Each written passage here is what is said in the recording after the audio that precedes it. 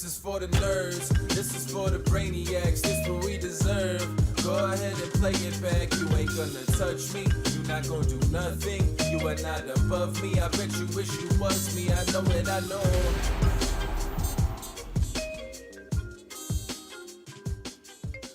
What is poppin', everybody? And welcome back to another special episode of the Only Friends podcast. Well, you know, it's me and my only friends, which includes, but is not limited to, my sidekick. What's poppin', Burke? I don't know, man. Are we down on camera today, Guap? Yeah. It is being used for the flop cam downstairs. So you won't be on screen. No. And the lovely people did not get a blurry shot of the studio for the countdown. They This did. is correct. Wow. Yeah. I mean, should we? You want to wrap it?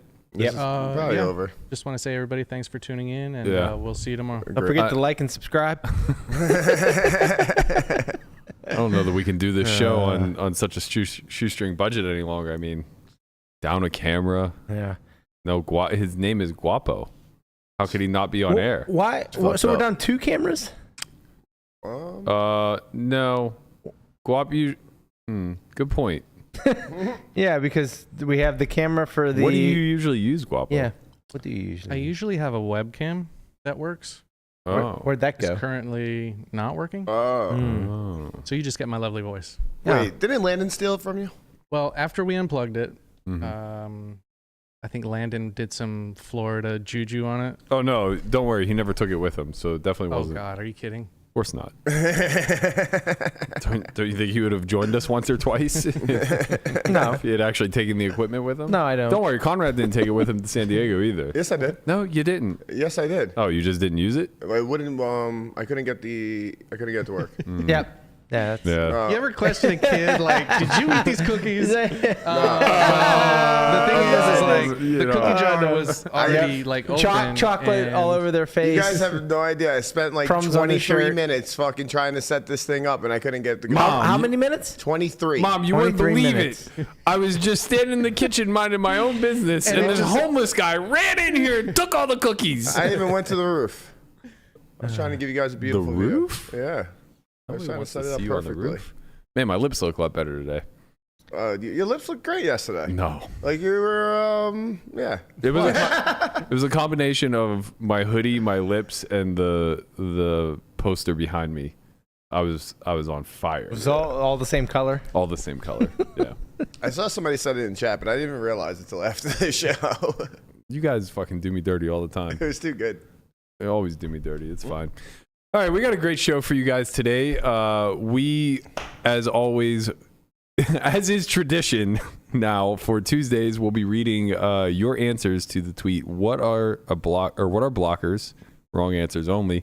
That's going to be a Tuesday thing that we do moving forward. So every Monday we'll prompt you guys with a fun little thread on Twitter. We'll read the best responses on Tuesdays. But before we get into all of that, what do you got going on this week, Lamanna? You got some work to do for once? Yeah, we got an academy going on. I saw you. Did you figure out that 7 deuce thing?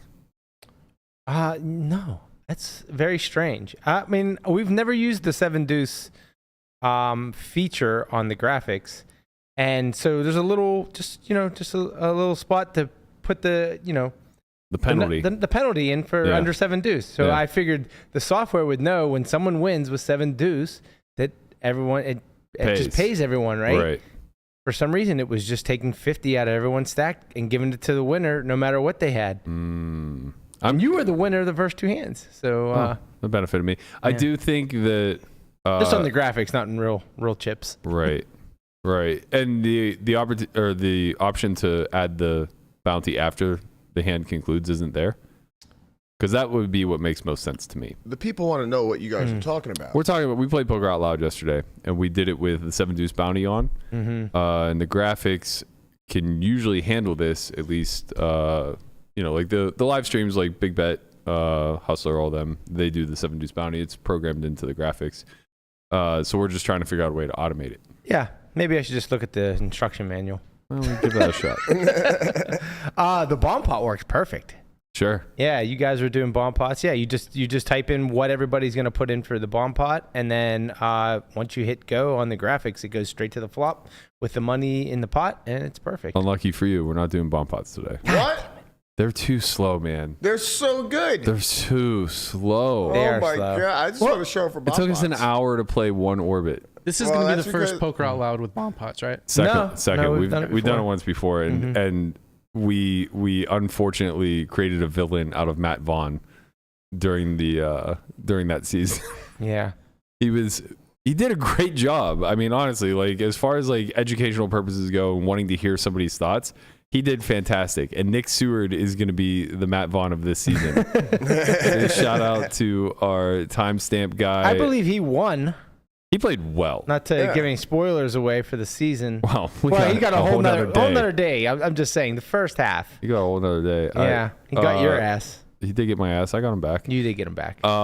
He plays really well. I like the way He does. I paused my music on 2 river spots where I jammed on him, so I didn't have any more decisions to make, and I wanted to hear his thought process. He really thinks through spots incredibly well. Landon coaches him privately. You can tell that he has a very good fundamental understanding of theory. Yeah. Right? Yeah.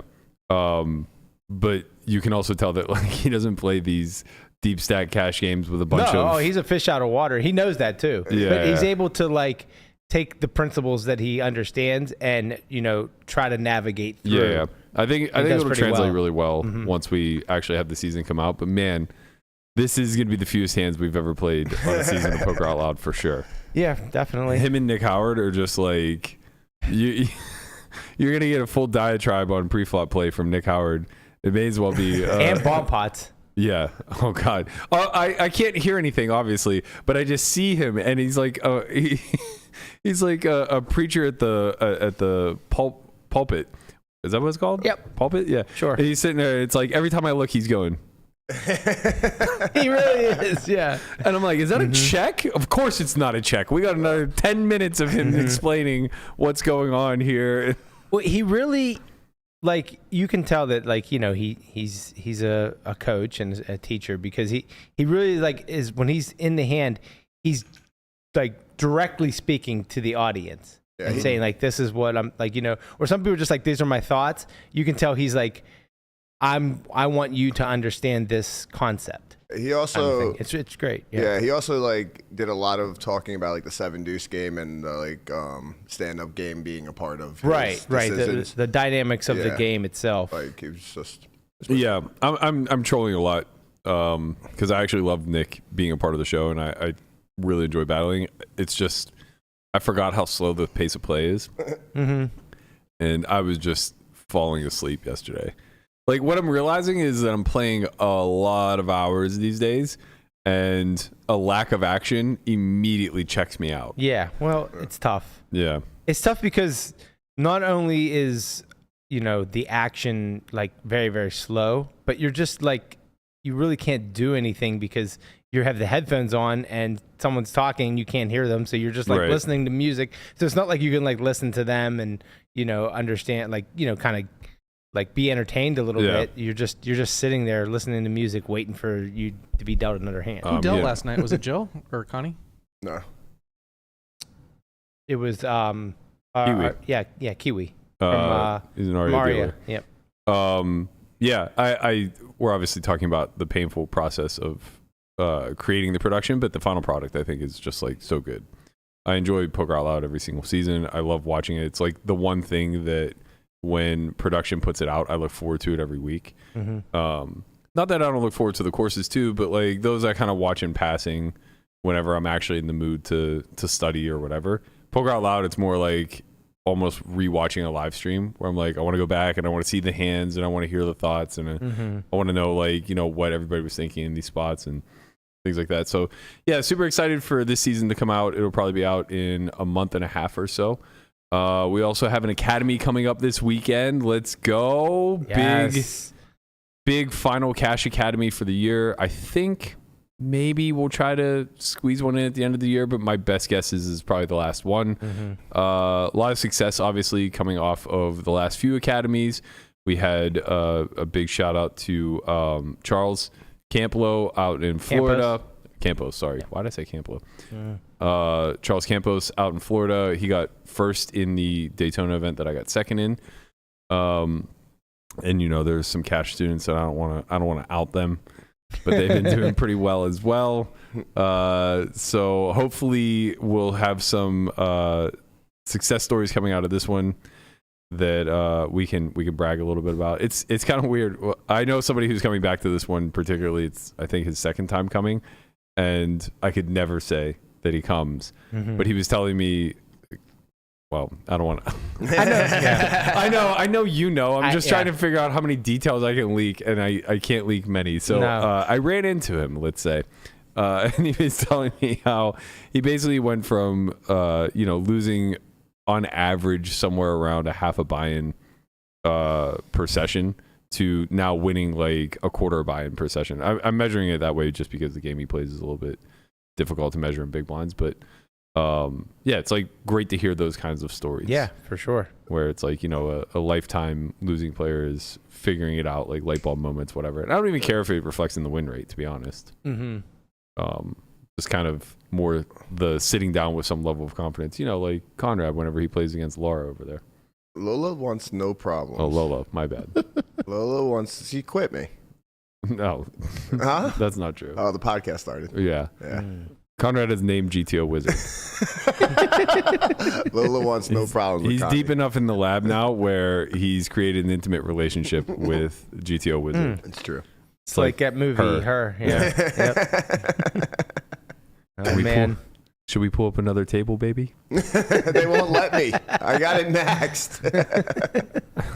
I want more tables. Do you have bomb pots for me? Oh, my God. I've been playing with straddle. Okay. And it's definitely way more fun than playing like normal non-straddle. It's kind of interesting to me because I, prior to the AI getting released, I would use Wizard as like a quick lookup, and the straddle ranges were the closest thing to what I play. Normal ranges, exactly. Kind of. The straddle actually makes a lot of spots tighter that you wouldn't expect to be. Like the button plays tighter with straddle than it would with non-straddle because you have 3 players left to act in sync too. Makes sense. And the straddle is always like the third big blind? Yeah. So like, I think there's this misconception that 3 blinds makes for more action and 4 blinds makes for more action than 3 and 5 blinds makes more. It's not true. Like, isn't it just relative to your chip stack? Doesn't it shift the position of where the action is? Kind of. The problem is it's like button straddling. Because with each additional blind that you put out there, you compromise the first person who has money in involuntarily, so the small blind, right? And that just forces that range to continually get tighter and tighter and tighter and more and more and more aggressive, which kind of kills action in a big way. In like a 2 blind ante game, the small blind calls a lot, and that's just really good. That's a great action driver. Anytime that you can have like 2 or 3-way pots post where 1 or 2 people are playing from out of position, that's a good structure or mechanic to a game that will drive a lot of action, because now you give the ability for the in-position player to continually widen their range, barrel from multiple streets, like all the things that you're kind of looking for. It's like early tournament play. Kind of. Like ranges. No. I think it's early tournament play, you're way tighter. Yeah. Way tighter. Yeah, because there's just no real incentive outside of Chippy V. Yeah. You're not way tighter. It's kind of. No, because you're just playing Chippy V. 2 blinds in an ante. You're going to be looser than 3 blinds in an ante. Like the button's going to play looser in a tournament than it would in cash. The difference is just like depth. Actually, I guess would tighten tournaments. Like if you're 300 big blinds effective in a tournament, then maybe you'll play a little bit tighter. Thinking like 200. But I think a lot of it just stems from the idea of more dead money in the pot, and people just being able to recognize that 10 years ago, where it's like if there's 5 blinds out there, well, there's a lot of dead money out there, so I get to attack it, and that created a lot of action because people would defend really widely and people would gamble and shit like that. But now that everybody kind of understands what the driving factor is outside of money in the pot, and like how position works and how you're supposed to attack with these ranges and shit like that, I think that big antes are far and away a much, much better solution. And I think it comes down to now the casino figuring out like easy ways to, instead of facilitating a round of straddles, facilitating like a round of antes or a round of double antes or triple antes. And it's something that like I want to try to negotiate into our game as well, especially because a lot of the players will get turned off when the blinds get bigger. So if you have a guy who comes into a 100 game, sits with 10K, and we force a round of straddles, he starts to get a little bit uncomfortable because he knows his 50 big's effective. Yeah. But if we just say, hey, what do you guys think about a round of double antes? He's not going to care that much. It's only going to cost him an extra $100, and he still has 100 big blinds in front of him. So he's not going to think about the fact that the pot just grew by 25% or 33%, whatever. And it's going to have less impact on his overall strategy, but drive a lot more action, or at least it should drive more action, according to everybody else. The only difficult thing is that a lot of the people who like to initiate straddles want to do so because they want to VPIP more hands. Like, for that reason, I often involuntarily straddle. or sorry, voluntarily. Voluntary, yeah. Like, I'm the guy who will put the straddle on and not ask if everybody else is going to do it, because what I'm noticing is like I just benefit a lot from being able to play more hands, and if I'm forced into a spot to defend more, I'll be fine. It just doesn't put you in that bad of a situation. Yeah, it's like you're still losing when you put the straddle out. That's what I was going to ask. I didn't want to sound naive, but if you're the only person straddling, then obviously you're giving up EV. Yeah, this is not a good thing, right? No, I mean, well, it can be. It depends on the game dynamics, but like you're giving up EV. But if you think you're so much better than the collective, that getting to VPIP one extra spot, like you won't necessarily play that spot break even. You'll still probably lose money, but you'll lose a hell of a lot less over the aggregate than most people putting out the third blind. And then on top of that, you'll just create some meta spots where you just get to kind of win a lot of money through the gamble, so to speak. So yeah, over the long run, you're gonna lose money, but in the short run, it could be a good action driver for your own strategy. Yeah. At least that's the way I view it. I don't know. I mean, it just lets you play more hands. Yeah. You just defend more heads. Right. Like, just the big blind again. You could just limp dark. No. A lot of things you could do. No, I want my option. Okay. All right. Well, let's get after it then. All right. Let's get into the Twitter Tuesdays. Yesterday, we put out a thread on OnlyFriends Twitter. If you guys aren't already following, head over to the x.com and look for OnlyFriends_pod.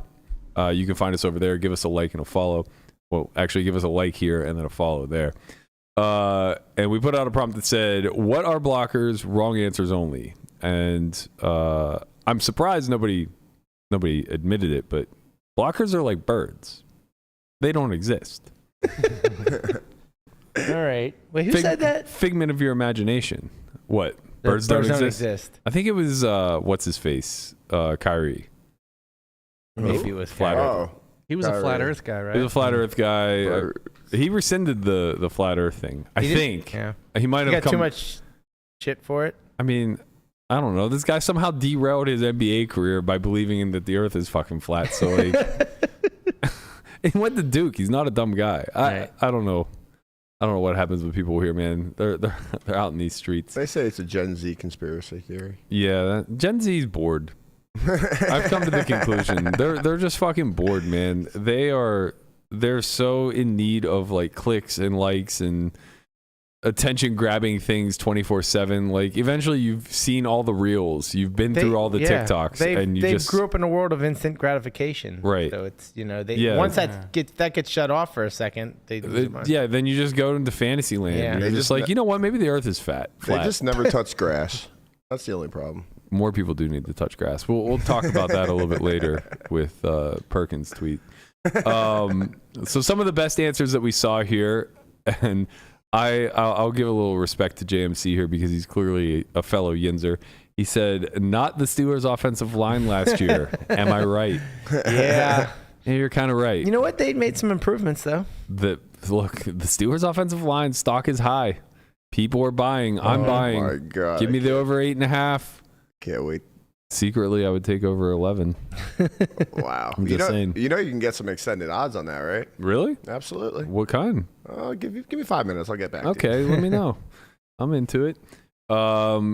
Dirks at our Dirks said those short shorts that Landon always wears. That's actually a really good one. Those are kind of blockers. Yeah. He thinks they're infinite Riz, but Well, they're not blocking what they're supposed to be blocking. That's the problem. that's true. Very true. Unfortunately, they're That's blocking why we that need. from- That's why he needs a Steeler blanket. The fact that he's willing to insist on wearing the short shorts, but then conform and wear the blanket is disturbing to me. Like, he acknowledges that it's a problem. Right. To the degree where he'll wear the blanket. Well, he wants to wear the shorts. I think he was forced into the blanket when it comes down to it. Maybe. Yeah. Perhaps. He was forced into it. Everybody. The fact that the light bounces off of his legs in a reflective manner is Blinding. Not a great look. Blinding you. Mr. Pickleman, I like the name at Mr. Pickleman. It's what you use when your A locker isn't working. That one was creative. That is creative. Can someone fill me in on this? What is B a locker? blocker? A B locker. Very Your A good. locker's so not working. corny. You use your B locker. Your blocker. Mucifer at Cowtrek says one that manufactures Legos. There you go. He is a blocker. He is a blocker. Joe Salty, someone who raises preflop and blocks you from limping in with a garbage hand that would have won. It's customary at low stakes to tell the blocker how lucky they are that you didn't call preflop as your hand would have hit. You know, this isn't just at low stakes.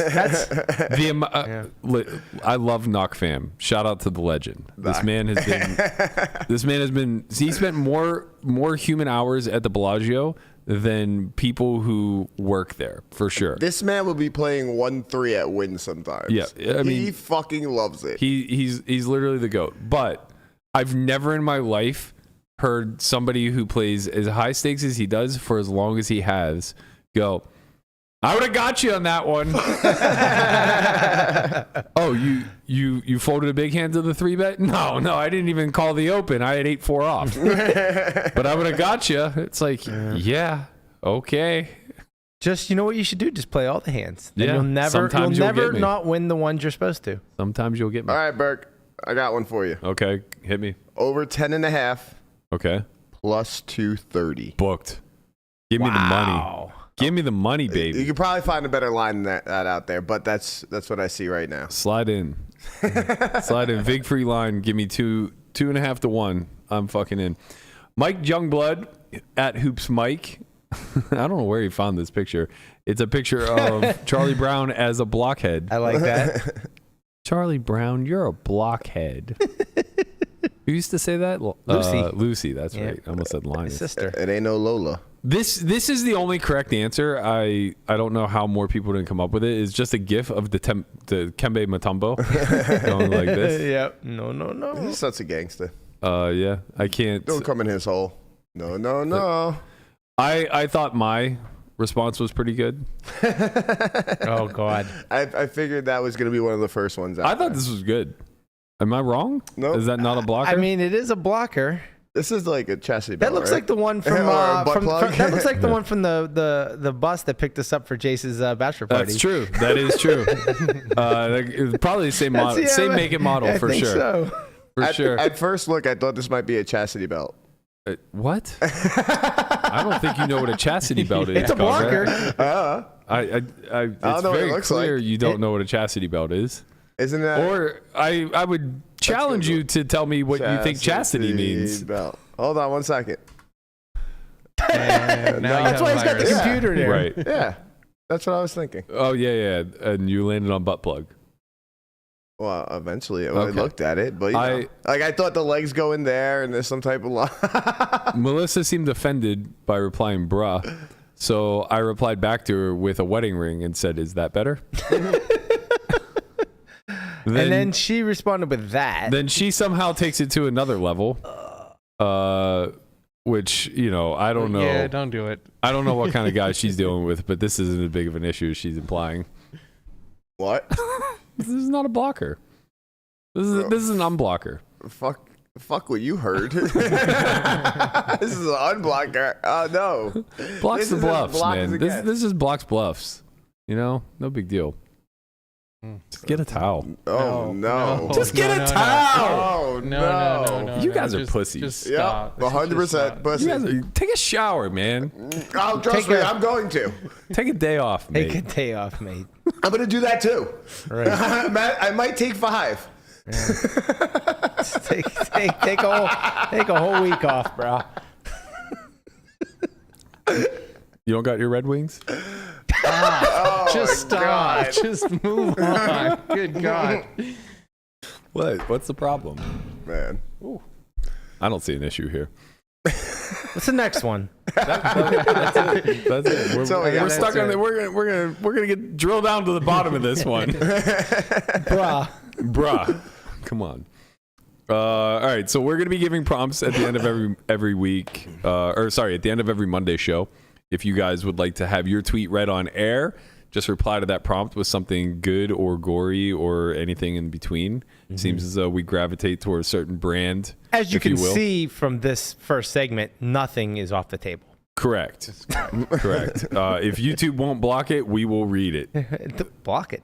Nice. See what you did there. All right, let's take another deep dive down the rabbit hole that is x.com/Twitter/whatever the fuck. Do we have to call it X? It's like, No, I honestly want to contractually obligated to do that? I actually would like to actively not call it X. No, if me possible. either. I'm not here for the rebrand. Do you think that there's a point where it will stop being referred to as Twitter? Yeah, it has to, right? Eventually. I mean, don't know. The thing is like, are you ever going to call Facebook Meta? No. But it's still Facebook, right? Just Meta is the new company. The company, Okay. yeah, right. That's fair. It's like you're not going to call Google Alphabet or whatever it's called. Right. I think it will because along with the rebrand, I feel like he's going to be doing a lot of other things with X. The problem is that X is not a good name. No, I agree. It sucks. Where it used to say, hey, I sent out a tweet. Yeah. Right. Now I that? posted. Yeah. I noticed that today because I retweeted the. That's the dumbest thing. Yeah. So Reposted. but it still says retweet. No, so like, mine says repost. Yeah, so reposted. I did.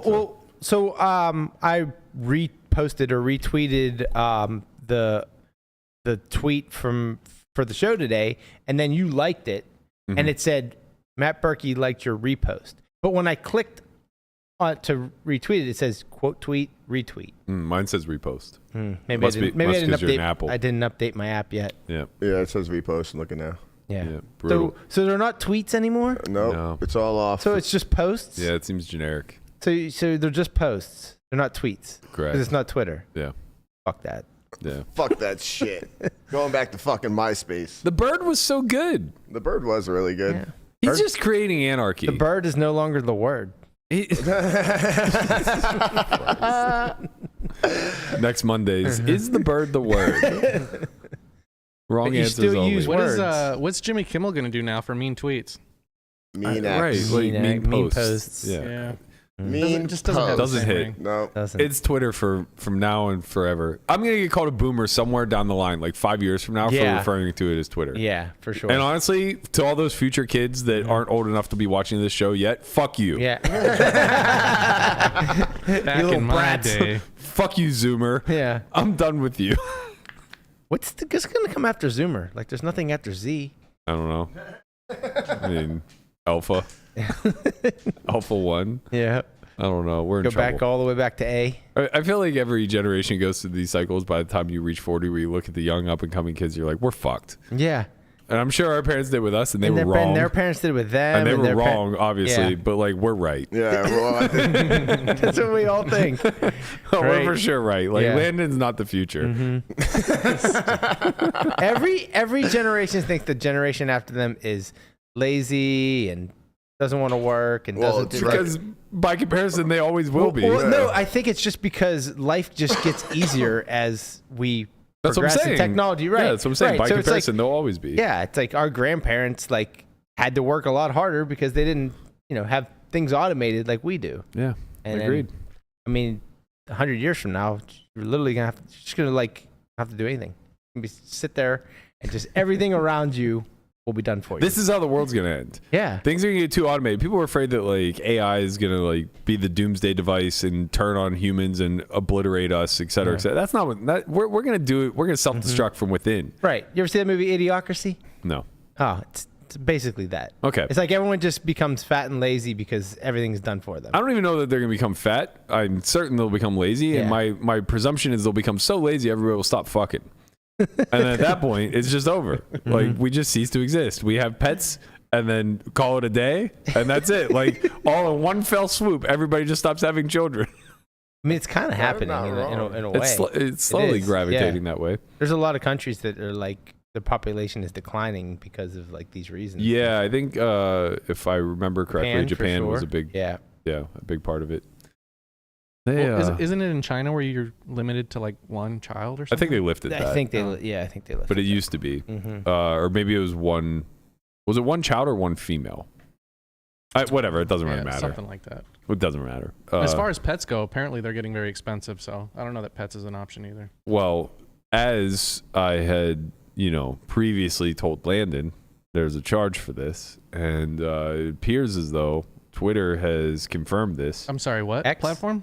Oh, yeah, Twitter. X.com. Twitter. The tweet. X is coming for you. Fuck these people, man. Yeah, pups are a little more expensive nowadays. Can't live in Vegas with a pup. Man, How, 10? though? I don't understand this. How are we in the top 10? Because water is expensive, grass is non-existent, and if you want grass, it's expensive. So if you want a pet, Middle America is the place to be. Yeah, everything is abundant.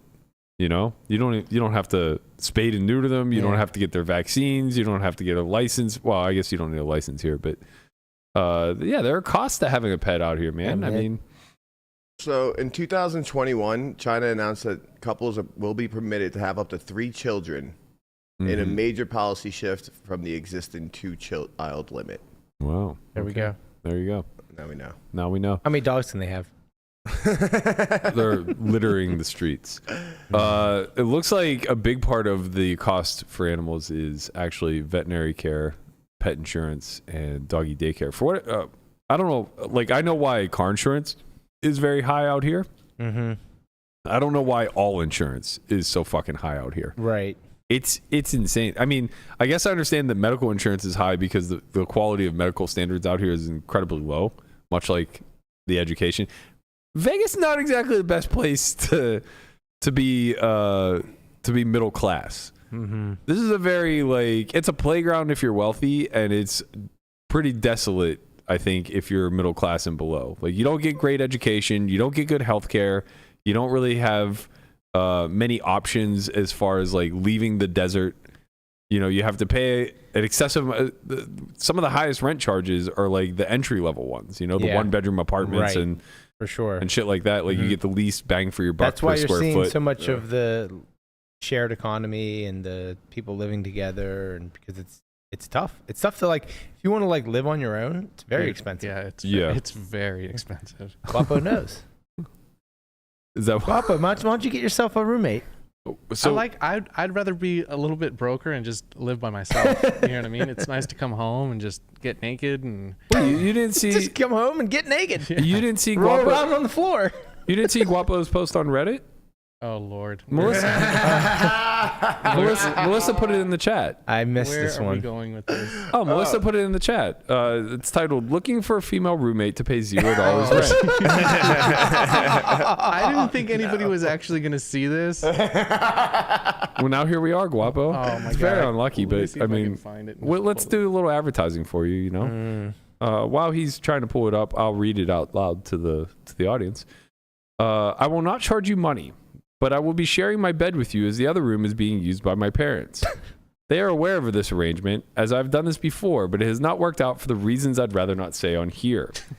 I will expect hugs at least 5 times a day and cuddles at least 2 times a day for at least 10 minutes each. That's very sweet, Guapo. You're just a man who wants to spread the love. I honestly thought 10 minutes was asking for a lot. It is a lot. Okay. I will say it's a lot. Dude, it's $0 in rent. Yeah, that's true. And I'm usually pretty clean. I don't stink.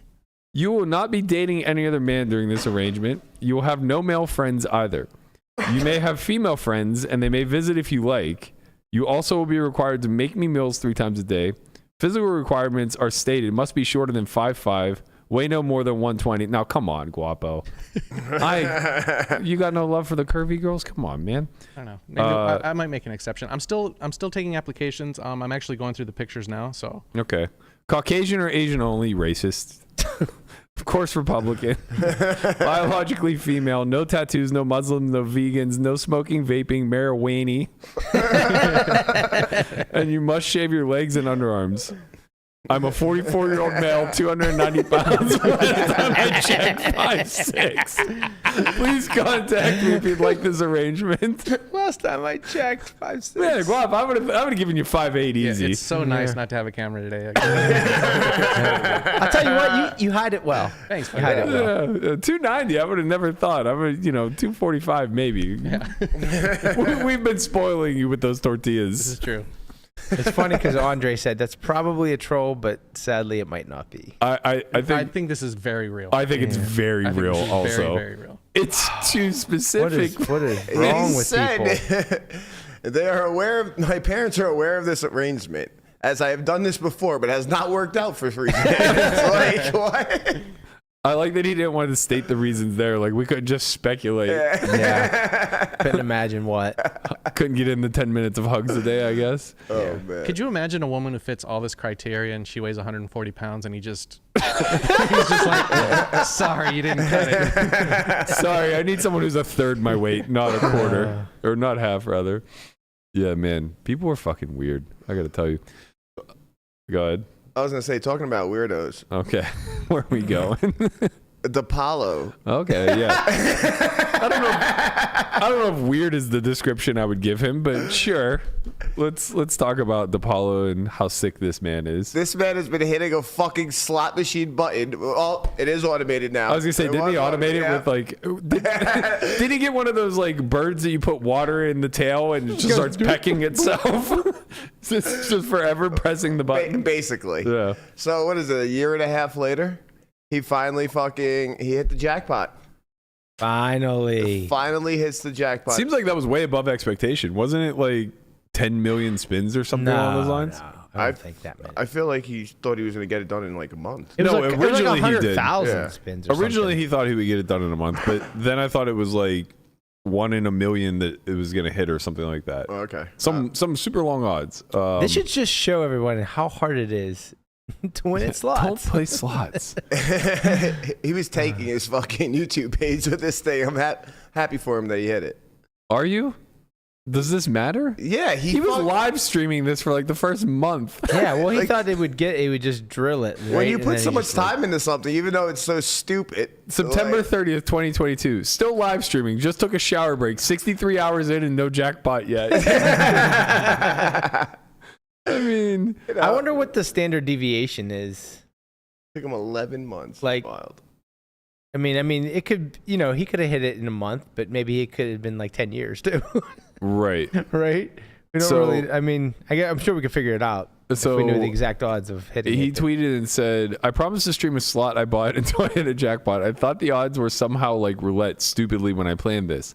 Wednesday, about 2 hours in, I was told, I was thinking the jackpot was 3,000 to 1, or like 3,300 to 1 or whatever. I was very wrong. Day 4 booked.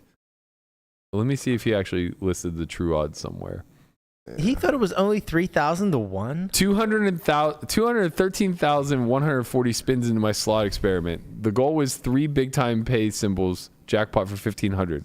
I've now hit 1,500 twice, but it's from the other single combos. There's a non-jackpot that pay the same. Do I really have to keep going? Yes, you we do. ain't stopping. That was in January. That was like, Oh my 5 God, that was months in into it? That's January? so wild. That was in January. He had 250,000 spins in. So I think I was right in my expectation that it was like more than 1 million to 1. Or something to that effect. I'm swear pretty he sure with the posted cost of electricity, he probably just broke even. Well, he doesn't. What do you doesn't win mean he anything. broke even? He doesn't win anything. It's his slot. It's a fake just slot negative. machine. I want to know how much he's down. Like in theoretical dollars. Yeah. Oh, God. Has to be man. miles, Well, right? I mean, it depends. Maybe this is the biggest video he ever does. Oh wow. That You know? that It's changes everything. literally a year in the making. Legit. It's like he started this in September of last year. It's like almost exactly a year in the making. Mm-hmm. Imagine. Also imagine how ridiculously hilarious this is. That he had a single goal with a single line slot, right? Mm-hmm. And it was to hit the ultimate jackpot. Okay. He had unlimited resources, so he wasn't. It's his machine. He wasn't going to be strapped by the cost. Right. And he had unlimited time, essentially. So he was just going to do this until it happened. And it took him 1 year of perpetual play. So he imagine being the person who shows up at the casino to just do this for fun. Right. Thinking you have any shot in hell. Well, no, think about the people that are at the airport, right? And they're just leaving, I'm just going to play this and then drill it.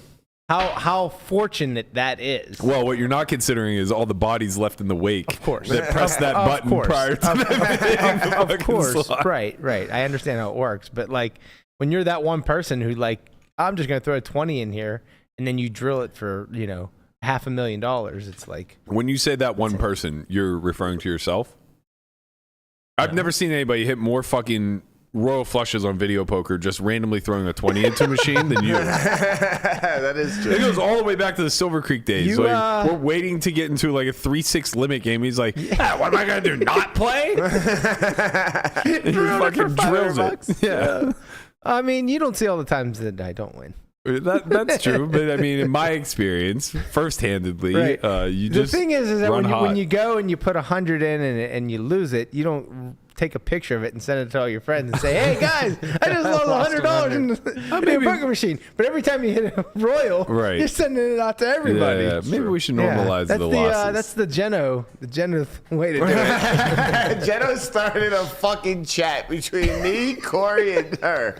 That's called high stakes slots. Oh Jesus! Where she just uses it to send us pictures of what she's done this week. Geno would be a millionaire if she never gambled. Probably. Instead, she's living check to right? check. Yeah. No, definly not. She's either very lucky or she plays a lot, because I've seen a lot of she plays a lot. screenshots of just huge jackpots, like $24,000. Ask her jackpots. how she pumped it off her inheritance. I haven't seen one of these pictures in a while, I will say. She did tell me the other day that she's cutting way back on the gambling. Yeah. Which in my mind meant that she hadn't done it in a week. No, I feel like it's been or that she won the last time that she played. One or the other. I just got even. Yeah. She loves it. Vegas is dangerous. Stay safe out there, kids. Yeah. I mean, that's why it's so expensive to have a dog. The dogs are out there playing slot machines. Pulling penny machines all goddamn day. That damn Chihuahua's costing you a lot of money. Nobody wants a Chihuahua. Hey. I like dogs, but I'm sorry. Charlie's part. Of course he is. Charlie's got some sort of Chihuahua in him. Yeah, he looks like a cross between Toto and the Taco Bell dog. Well, no, Ollie's Toto. Charlie.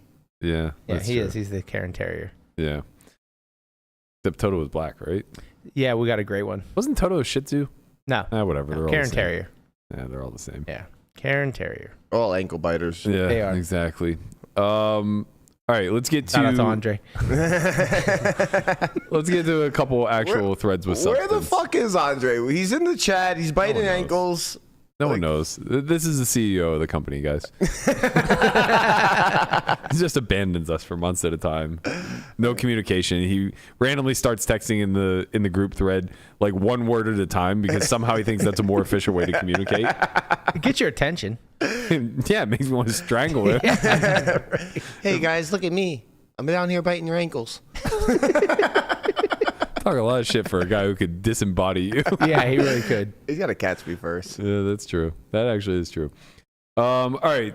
Daniel put out a thread yesterday that was a bit of a read, but I think it was addressing something that maybe gets a little bit too normalized. And it's kind of this notion that I think that too many people are of the perception that poker is as simple of a game as logically deducing what the information that you're being fed means. And that's, in essence, what I'm really trying to say is I think people forget that the goal of poker is to what is happening? Are we dying? Oh no, whatchamacallit's probably Pigtails. Pigtails is here? They fucking shit up like normal. Walk in, making all the noise. Just come in here banging. Yeah, All right. don't worry about it. Anyway, I think people forget that the entire intent behind poker is to dissuade your opponents from making a decision that's bad for you. Or in other words, like the entire purpose is to mislead your opposition, right? So this whole notion that based off of a bet size, you know that your opponent has this or that. And I know that like a lot of these threads are based off of like Mikey just kind of spouting off fucking nonsense. Like, oh, well, in my career, I'm like 95% accurate in knowing exactly what my opponent holds. Come on, Mike, I love you, but like, shut up. What are you talking about? Like, that's just not how the game's played. Right. It's a game of misinformation. It's a game of incomplete information. It's a game where like we never really have any degree of certainty over what actions truly mean or where the imbalances actually occur. And it kind of goes hand in hand. I saw a Jay Little thread pop up today that said something along the lines of like, I hate folding big hands, but here are 3 tips on when to fold big hands more frequently. And it's like, I get it. I understand, you know, his audience that he's preaching to, he's trying to condition them to not get married to like the top pair type hands and stuff like that. But to give you better context, Patrick Howard put a tweet out a few days ago that said over multiple millions hands of samples. Actually, I'm just going to find the tweet because I think it's important to get the numbers right. Howard. Why is he not just Patrick Howard on Twitter? Come on. Like Mobius or whatever. Yeah, there he is. Okay. All right, there he is. He put out GTO fun fact of the day. When PO Solver folds the river, only about 10% of the folding range consists of top pair or better across all lines on average. In other words, in theory, 90% of the hands you fold on the river should be second pair or worse. How does this line up with your experience? So it's like that so grossly contradicts the notion that you should start to condition yourself to fold big hands early in order to avoid like later mistakes. That I worry about the messaging because it's framed around this notion again that like we can just see in action and know for a fact that the imbalance our opponent is operating from is one where we should play conservatively, not aggressively. And the reason why I highlight that is a lot of like what Daniel's saying in his thread, where I think the natural tendency is to believe in our risk aversion, right? You never really hear many people saying like, oh, well, when he does X, like when I get raised on the flop, you should just go all in more because he's full of shit, right? So it's always like this cat and mouse game of like, well, I'm naturally risk averse and I assume my opponents are naturally risk averse and we're just going to continually iterate off of each other until none of us put any money in unless we have the nuts. And maybe at certain levels of the game, that's how it's played.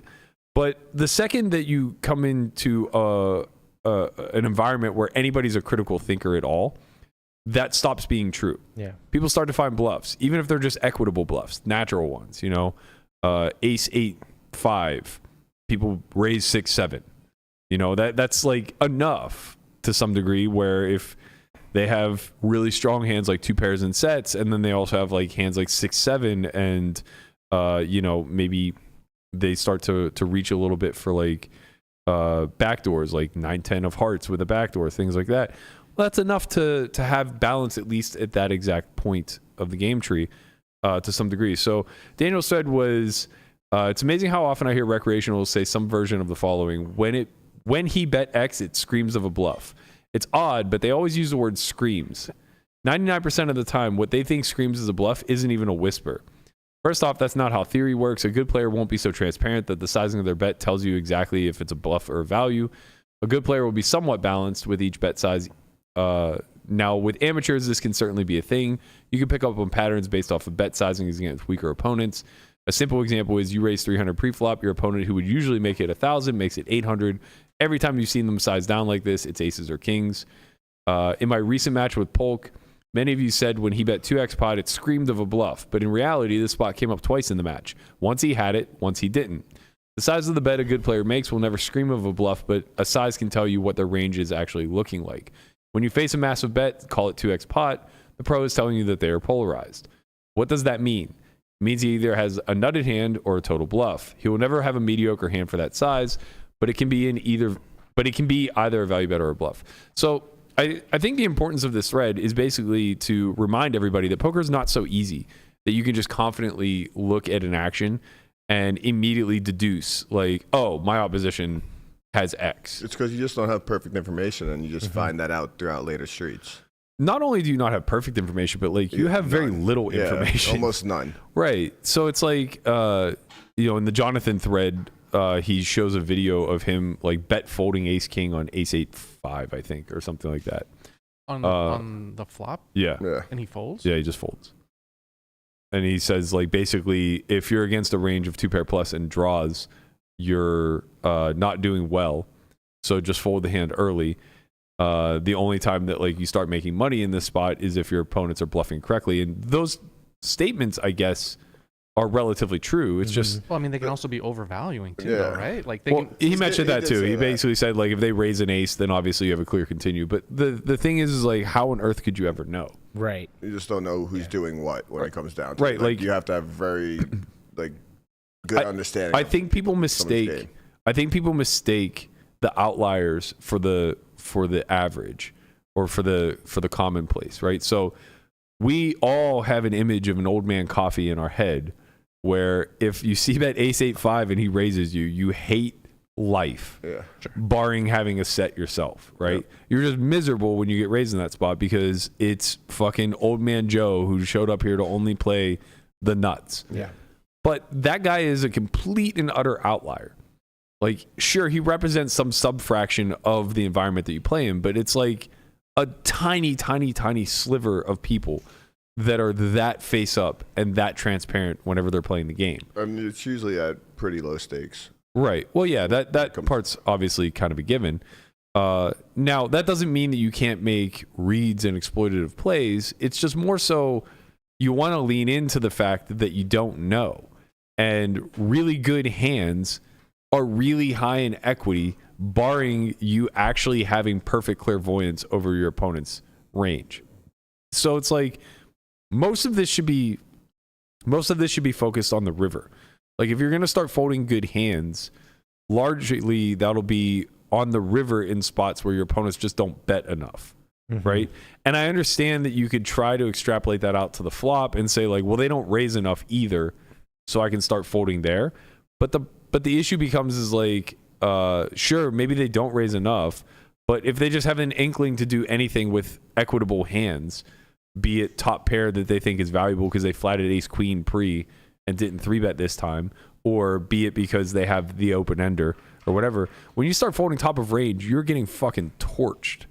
Like you're losing hundreds of big blinds over the long run, and they're solely benefiting off of you, right? Because by you not paying them off, that may feel like a win, but in return, your big hands are never earning the money that they should, meaning that everything below that qualification is losing now. You know what I mean? Like, so your big hands might make some money because they won't always raise and you'll get a couple streets of value, whatever. But now all the hands that are inferior to that, not only are they also giving up to flop raises, but they're going to play a lot less aggressively in the node period because you're afraid of being raised and you're going to be forced to check more often. And I see that this is like by far, in my opinion, one of the biggest low stakes leaks that I see is betting one or two streets for value with a clear top of range hand and then landing on the river and just deciding like my opponent doesn't get here with anything worse than my current holding, even though I have like top pair, top kicker or an overpair or, you know, bottom two or something like that. And they just decide to check and check. It goes check, check. So all the hands that would have bluff caught get to showdown for free. Right. And then every time they check and face a bet, they call because they're at the top of range and their opponents never bluff. You were in a situation last night when we were filming Poker Out Loud where you had pocket fives and you rivered a set, which created a one-liner. And it seemed like you said like this might be thin, but this is like you have to value bet this hand. Yeah. And as you saw, Nick almost called it off with one pair. Right. It's about understanding the construction of his range. For context to the viewer, the final board, it was a 4-bet pot, button versus cutoff, and the final board texture was 8, 7, 6, king 5 with 3 clubs. Right. Two clubs on a flop, turn king of clubs. Right. River 5. River offsuit 5. Right. And what needs to be understood is that I have a massive flush advantage as the 3-bet caller. I have a massive straight advantage as the 3-bet caller. I have a massive set advantage as the 3-bet caller. So when I triple off there, basically his range is almost solely comprised of one pair hands. He has very few hands that are better. He'll have a couple combinations of top set. He'll have a couple combinations of flushes that 4-bet at a low frequency. But that's kind of it. He might have like a couple combinations of flop straights. Like he might have like 10-9 of hearts sometimes, whatever. But that's kind of it. Everything else in his range is solely one pair. So it doesn't really matter if I have a flush, if I have a 9, or if I have a set. They're all worth the exact same. Yeah. Because when I jam them, they all get called and they all generate folds from the exact same chunk of Nick's range, right? So me having bottom set there on the river is no different than me having like 9s with no club, that river is like the top straight. Or even having flopped the nuts with a hand like 10-9 of spades, for example. They all are worth roughly the same EV. Maybe 10-9 is actually even worth less, because a lot of his calling range will be pocket 10s if he has them at any frequency. You know, those types of hands. So yeah, block his calling. You don't say. Yeah. Blockers. But no, you're right. Like so many people will, especially at like the low stakes, will, you know, get to the river and just, they're happy to improve and then just happy to check down. And then they're just losing value for sure. Leaving money on the table. Yeah. And that's the biggest thing is people don't get anywhere near enough value for their strong hands. And it's a byproduct of them, A, not bluffing enough themselves, and then B, thinking that their oppositions bluff enough that they can bluff catch with the top of range. And then on the flip side, they just get owned in value. Yeah, they get wrecked because what ends up happening is their opponents don't value bet thinly enough either. So they never beat value whenever they check call with the fucking third nuts. And their opponents also aren't bluffing enough. So that's why the inclination of like, well, you should actually start folding big hands becomes a bit of a narrative. But the problem is that you're putting a Band-Aid on a greater issue. The bigger issue is not that you work yourself, the bigger issue is not that you're in a position to fold a big hand because your opponent probably doesn't bet worse. The bigger issue is that you've worked yourself into that corner where you've created a spot that against a weak opponent, when they put money in the pot aggressively, they're always going to have a better hand. You can just take that away from them by just charging them. And then if they re-aggress, now you have a clear fold. Right. And that's much more theoretically sound. You know, you're earning a lot of EV in the process of doing that. So this is a bit of a cautionary tale, but I would take Daniel's words to heart in the sense that he has a good way of breaking things down to the masses in a simplified way. And I think the analogy of screams versus whisper is a really good one because he's right. That terminology gets thrown around a lot. Like, it just screams of a bluff. It just screams of value. I think you're 110% right when you said that most of his tweets are derived from Matusow tweets. I think you're just 100% right 100%. there. Go to Matusow's profile. I saw something today where he was like debating with Chewy about how he has like a 95% accuracy rate when trusting a read. Yeah, I saw that. Man. And it's like, come on, man. What the fuck are we talking about? Amazing. How are you measuring this? Like, why aren't you rich? Like, if that were true, you would just be so rich. He replied to Chewy and he said, I guess I'm a genius because my intuition tells me when I'm best 90% of the time. It's not rock, paper, scissors either. I focus on how good players approach every hand, and I always pick up a live read on even the best players. I know maybe you don't believe in live reads, but they exist, and the best players in the world like Foxy and Chance will stare you down and pick up a live read all the time. Maybe I'm misunderstanding what you're saying, but I definitely know when players are strong or weak. Also, I'm 99% not playing the Wizards in the PokerGo studios either. It's like, first of all, nobody's gonna accuse Chewy of not believing in live reads. Like, Right. he believes in aliens. Let's understand the man is open to fucking more than just the math. But like, I mean, whatever. When you start throwing around like 90%, 99% in confidence intervals, it's clear you don't care about math. So that part's understood. And like, yeah, there's probably something to be said for Mikey surviving this long off of intuition and reads, but you know, you're not making as much as other people who don't do that. Right. And there's a reason for it. It's like, sure, there's an aspect to live poker. Like, look, I'm a live guy through and through. There's a certain social aspect of live poker where there's a lot of meta involved, and you can earn a lot of money if you're paying close attention to the meta. You can save yourself a lot of bets, and you can earn a lot of extra bets if you are really in tune to how somebody is mentally, like what their mental state is, where they're at in their level of gamble, like where they're at in their ability to press versus be patient, etc. But it's a low degree of confidence. You know, it's like an extra 10% that you're adding on top of whatever your natural win rate is by just being theoretically sound. It's not the opposite. Yeah. It's not the 90% with theory adding a little bonus on top of like, oh, well, I know how to construct a range. That should be worth an extra 10% win rate. Efro says, I've been surviving off of intuition and reads. This is why I'm going to the academy in 2 days. Good. We'll fix you. Yep.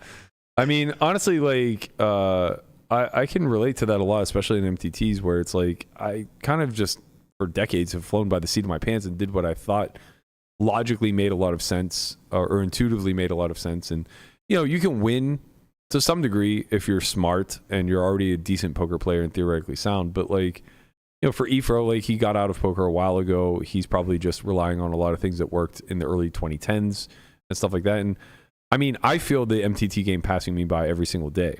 The mechanics and how sharp people are at navigating shorter and shorter and shorter stacks, and then adding in things like ICM and you know, being able to calculate this stuff all on the fly, at least in a rough way. It's so daunting to somebody who doesn't do that specifically for a living. So it's like, you're not gonna just sit down and have an edge. You know, edges are worked for. They're curated in the lab. You don't just like have an inkling to go play an MTT tomorrow and just be like, wow, look around. How am I not winning? You know? Yeah. Like, here's a great example. So the Enclave free roll was a $50,000 prize pool with 72 entrants. So if all things are equal, everybody's earning about $750 for showing up, right? What do you think the max win rate is, knowing that first place is 20K? What do you think the max hourly would be, assuming that, or knowing that first place is 20K and assuming that the tournament always ends in 8 hours? I mean, $50. No, the max hourly. well, the max hourly would be $2,500 an hour. Yeah, roughly, right? Yeah, like that. yeah. That's the absolute ceiling, right? Now, if I just loosely told you these details, it's a 50K prize pool free roll. First place is 20K, and you're the only professional in the field. The other 71 players are all social media influencers. What do you think Matusow would guess the hourly in that would be? 20,000 an hour. Yeah, maybe like 5K. 5K an hour, yeah. Right? Like just something ridiculous. Right. Because it's easy to overestimate what you're actually winning. Mm-hmm. And the thing is like nobody's making 2,500 an hour, not the best player in the world. Right. Because it's not chess. You know, there's variance involved. So it's like your actual capped hourly is probably like 1,200. Might be like half of that. And it might even be an overestimate. Right. Right? So this is dipping your toe in the water of the importance of understanding where edges come from and being able to, you know, size up competition, calculate where you're making money from, and all these other things. It's really challenging whenever you want to just remain naive to all of that stuff. I mean, it will keep you sane because you're caught in the what I think they refer to it for slots as the blue zone, where you're just like locked in, you know, and they just got you in the gambling wave. And you're locked into that, so it keeps you sane through the wins and losses by just ignoring the hard numbers, I guess.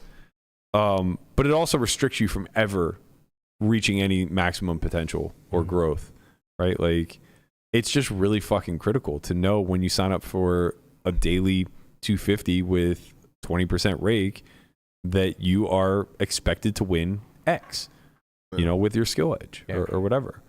And I think a lot of people would be better served for that if they were a little bit sharper whenever it comes to this stuff, because rather than, going on this downward pursuit of come hell or high water, I'm going to make this my career.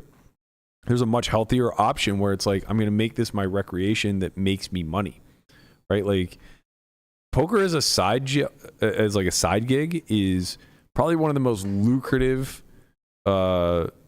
moonlight gigs that you could ever have in any industry. Like, if you're reasonably good and you want to put in 500 hours a year, you can have a really fucking nice return on investment. Right? Amen. I bartended graveyard for 11 years. What do you think I did those last 3 hours of my shift? Yeah. Exactly. But the requirements that it takes to make it a full-time career where you're playing, something closer to a full-time schedule of 1,500 to 2,000 hours a year, and you want to actually generate security off of this and enough money to be comfortable, it's a 1 in 10,000 shot. Right. Very few people, maybe I'm over exaggerating, maybe it's more like 1 in 1,000, but like very few people make sustainable livings at this game. I mean, you're probably right at 1 in 10,000, because I would say there's a lot of people that just try and immediately flail out, and like a lot of people just like stick with it. Yeah, it could be lowballing. Who knows? It might be 1 in 100,000. Like that's the thing, is the community is so small publicly that we have no idea, right? Because like we see these forward-facing figures like a Negreanu, like even a Matusow, who has tremendous success throughout his career, and we say like, oh, like I could be that guy, not remembering that there were hundreds of those guys who tried the exact same path and just failed and are working a used car lot now.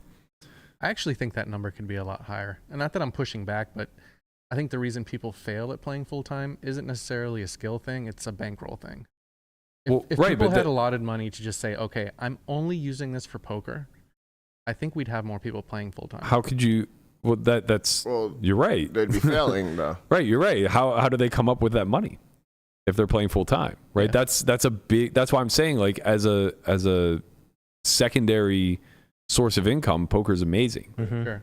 Because you don't have to be quite as frugal. But whenever it's your sole source of income, you have to put a lot on the line to actually press very small edges. Sure. And, it's very similar to, I don't want to say it's very similar because I don't know enough about it, but I feel like it's very similar to like day trading. It's very similar to sports. You got to put in a lot of time and effort. Kind of. Sports doesn't cost you anything but time. That is true. You can just go bankrupt pursuing a poker career. And the thing is, like, I don't say this because I want to discourage people from doing it. I say it more so to like encourage people to be to have an insurance policy. Like, splitting your time between a real job and poker is so fruitful, in my opinion. Poker's become easier since it's not been my sole job, for sure. More enjoyable, it's like like there's less pressure, and like the game definitely seems easier. Right. It sucks having to win every single time you sit down. Yeah. Especially because you can't.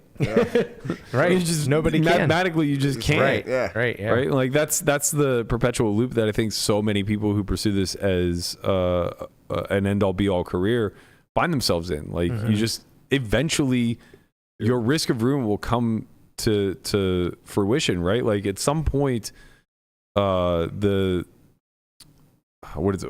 ruin will eventually catch up with you. Where if you're not laying off risk across the aggregate, eventually you'll just be at 100% risk of ruin. Right.